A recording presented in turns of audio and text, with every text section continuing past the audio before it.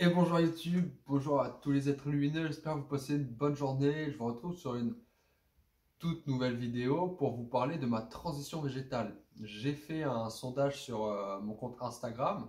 J'avais fait la proposition de 3 sujets concernant ma prochaine vidéo YouTube.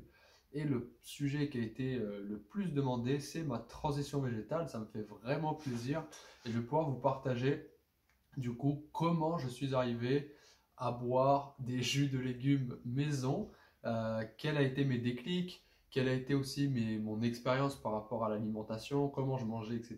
avant.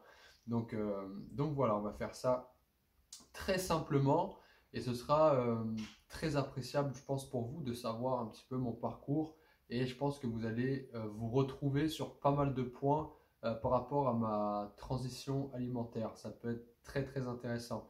Avant de commencer quoi que ce soit, n'hésite pas à t'abonner à ma chaîne YouTube, ça va me donner énormément de force. Je débute, je sors de ma zone de confort et c'est avec grand plaisir pour te partager un maximum de valeur. Donc abonne-toi à la chaîne YouTube, tu peux le partager à un maximum de personnes si tu penses qu'elles vont être intéressées par le sujet.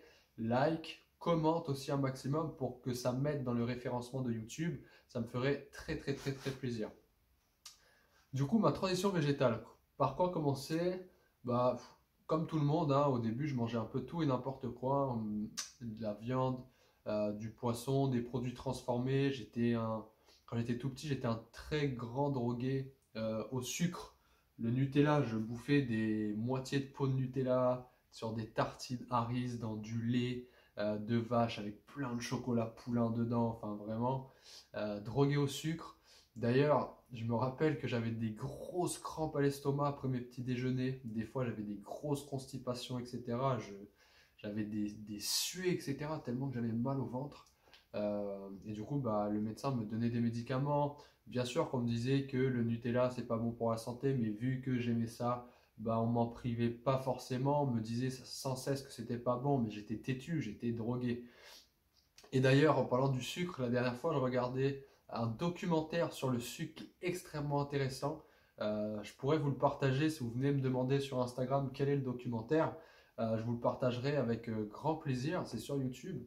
Et en fait, il y a une étude qui a été faite sur un rat, comme quoi, si on met un bout de sucre et de la cocaïne devant le rat va choisir le sucre et pas la cocaïne. Parce qu'en fait, le sucre, comment dire, ça anime les mêmes zones du cerveau que la cocaïne anime. Donc c'est très bizarre. Le sucre raffiné, hein, bien évidemment, est très toxique pour notre santé. Parenthèse à part. Du coup, grand drogué au sucre. Après, j'ai grandi à mon adolescence, j'ai commencé à fumer, voilà, une hygiène de vie déplorable. Je me droguais beaucoup, je fumais énormément. Je mangeais beaucoup dans des fast-food, voilà, tacos, les kebabs, tout ce qui est biscuits sucrés, etc. Nutella, toujours, les Kellogg's, enfin, tout ce qui est très bon pour notre santé, pour avoir une très bonne énergie, vous vous en doutez. Et donc du coup, ouais, je grandis, je fais ma vie, etc. Et un des premiers travails dans lequel je suis resté assez longtemps, euh, c'est dans la restauration rapide. J'ai travaillé en restauration rapide pendant 2 ans et demi, 3 ans en tant que manager. Donc je travaillais beaucoup, une quarantaine d'heures, voire des cinquantaines d'heures par semaine. Et littéralement, je mangeais fast-food du matin au soir. C'est pas une blague. Je mangeais le midi, mon repas là-bas. Le soir, des fois, je recommandais. Ou même quand je ne mangeais pas, je travaillais à Quick. Et même quand je ne mangeais pas Quick, il m'arrivait de commander des tacos, des burgers pour satisfaire en fait mon corps qui était vraiment drogué au fast-food. Donc, je me nourrissais énormément de ça pendant 2 3 ans.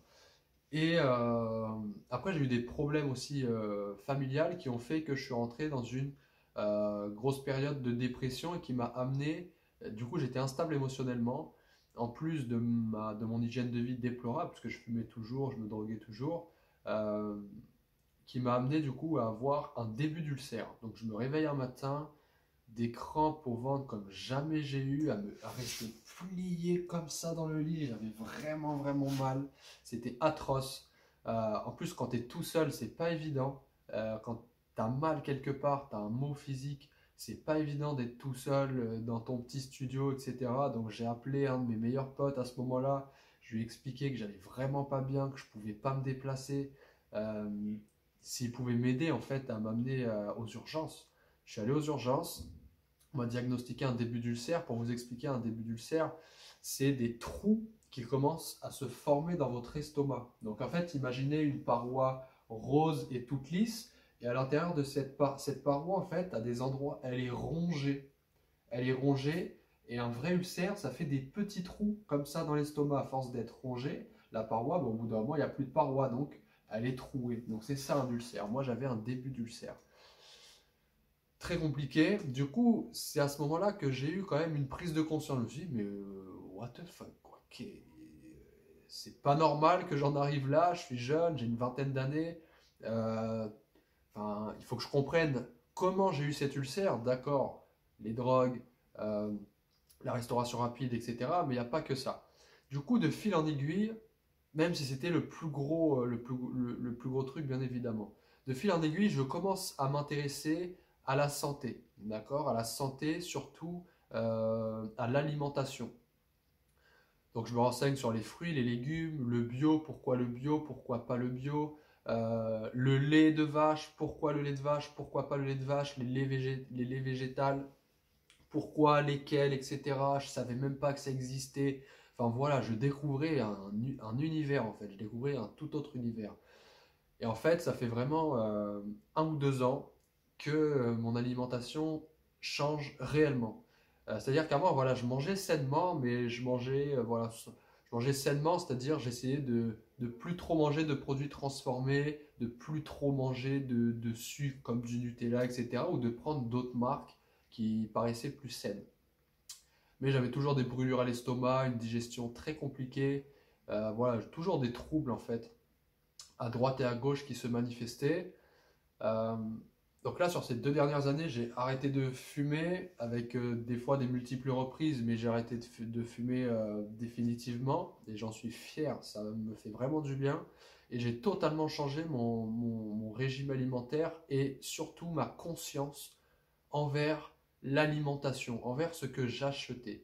C'est ça qui a vraiment fait le déclic vers ma transition, c'est de prendre conscience de d'où provient ce que j'achète, qu'est-ce que ça me procure comme vitalité, quelle vitalité ce que je mange, qu'est-ce que ça m'apporte en termes de vitalité pour ma santé, qu'est-ce que ça m'apporte. Donc j'ai commencé à regarder tout ça et j'ai essayé du coup le régime végétarien, j'ai essayé le régime vegan vraiment poussé pendant 2 3 je sais même plus combien, entre 2 et 5 mois, où vraiment je mangeais vegan tous les jours, tous les jours, tous les jours, tous les jours. Après j'ai un peu lâché, j'ai repris un petit peu la viande, etc. Donc j'étais plus... Enfin je suis flexitarien, si on doit donner une étiquette, j'aime pas me donner une étiquette par rapport à mon alimentation, mais si on doit donner une étiquette, je suis flexitarien. Et, euh, et voilà, j'ai découvert aussi les bienfaits des jus de légumes. Pourquoi les jus de légumes, les bienfaits, etc. Je pourrais en parler dans une prochaine vidéo. J'ai même acheté un livre d'un docteur qui a fait des études pendant plus de 50 ans sur les bienfaits des jus de légumes, que ça pouvait guérir des maladies dites incurables ou des maladies communes, etc. De société. Donc très intéressant. Et du coup, aujourd'hui, qu'est-ce que je mange? Comment je mange? C'est très simple. Je mange le plus végétal possible, le plus vivant possible et le plus varié possible. Et il y a beaucoup de mes pensées limitantes qui ont changé, c'est-à-dire que de dire ouais mais tu vas avoir des carences, ouais mais euh, le lait par exemple c'est riche en calcium, oui mais les carottes c'est riche en calcium aussi. Oui mais le... Et en fait tu découvres des nouveaux aliments, une nouvelle façon de cuisiner, tu développes une nouvelle sensibilité face à la nutrition. Euh, et en fait, je me suis rendu compte que j'étais totalement déconnecté de la réalité, en fait. J'étais vraiment déconnecté de notre réalité du vivant, de la nature, de ce qu'elle a de bon à nous apporter, et que la nature a tout conçu parfaitement pour nous et qu'on est en train de tout détruire. tout détruire par notre manipulation intellectuelle pour le plaisir humain, etc. On est en train de détruire beaucoup de choses. Ce n'est pas le sujet de la vidéo, donc je ne vais pas approfondir le sujet, mais je me suis vraiment rapproché de la nature et ça m'a vraiment fait du bien.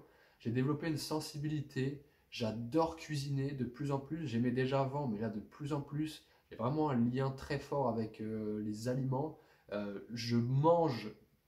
J'ingère des légumes que j'avais jamais mangé de ma vie, comme du fenouil, tu vois, le fenouil, tu me dis fenouil, je te fais une grimace, une fenouil.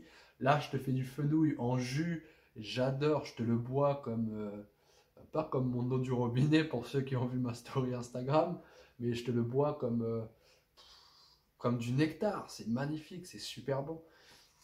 Et en plus de ça, ça a de multiples bienfaits. Donc ma transition végétale n'a pas été facile, elle n'est pas finie, d'accord? Je pense qu'on est toujours en évolution et à la recherche du mieux, mais je pense que je tends vers le crudivorisme qui est vraiment pour moi la base de la nutrition des êtres humains. De base, on est omnivore, mais surtout on est cueilleur, d'accord? Avant d'être cueilleur-chasseur, on a été cueilleur quand on ne savait pas faire du feu. L'être humain, il fallait bien qu'il vive et qu'il s'alimente. Du coup, il était obligé de cueillir des fruits, des légumes, et il ne connaissait pas le feu, donc il mangeait tout ça de manière crue.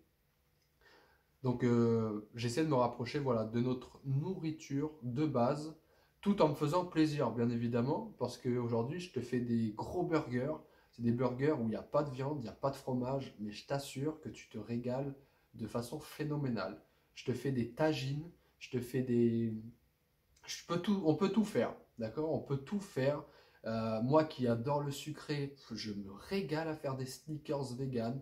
Je me régale à faire des smoothies qui sont onctueux, qui sont incroyables. Je me régale à faire des acai bowls avec des bananes au chocolat, des graines, des oléagineux. Il y a plein de choses à découvrir, c'est vraiment magnifique. Et si je fais cette vidéo aujourd'hui, c'est tout simplement pour une chose, c'est prends conscience de ce que tu manges. Je ne dis pas qu'il faut arrêter de manger ci, arrêter de manger ça, etc. Mais je pense qu'on veut tous être en bonne santé, se sentir bien dans son corps et avoir une certaine éthique. Et des fois, en fait, à cause de notre manque de conscience et d'une désinformation totale que la société ne communique pas, du coup, enfin, on est en désinformation totale par rapport à certaines choses, bah, des fois, on va payer des choses, mais qu'on ne cautionne pas du tout. Et on paye ces choses-là. On paye ces choses-là parce que nous, bah, juste, on l'achète pour le manger, pour notre plaisir gustatif. Mais au final, ça va plus loin que ça. D'où ça vient? Pose-toi les questions, d'où ça vient? Fais attention vraiment à ça. Ouvre les yeux, élève ton esprit et ta conscience par rapport à ça. Ça va vraiment faire du bien à ta santé, à ton éthique, à ta conscience, à la vie sur Terre, à la planète, à l'environnement, à beaucoup de choses. D'accord? L'effet papillon. D'accord? Chaque action que tu as chaque jour a un effet multidimensionnel dont tu n'imagines même pas. Donc j'espère avoir fait le tour et t'avoir éclairé sur ma transition végétale qui n'est vraiment pas finie. Pour en savoir beaucoup plus sur comment je mange, pourquoi je mange comme ça, des conseils, etc. Tu me suis sur Instagram, donc MAXTMIIND, MaxMind, que je vais mettre du coup dans la description de la vidéo. Je partage vraiment beaucoup de valeurs par rapport à la santé, le monde, etc. La phrase que j'aime, c'est éveillons-nous ensemble. Donc, je suis vraiment dans cette dynamique-là. Donc, n'oublie pas, abonne-toi à ma chaîne. Je vais faire des vidéos minimum 2 fois par semaine pour te partager un maximum de valeur. Abonne-toi à mon Instagram, lâche ton meilleur commentaire et partage. Je te souhaite une très bonne journée, plein de vitalité et je te dis ciao et bon jus de légumes.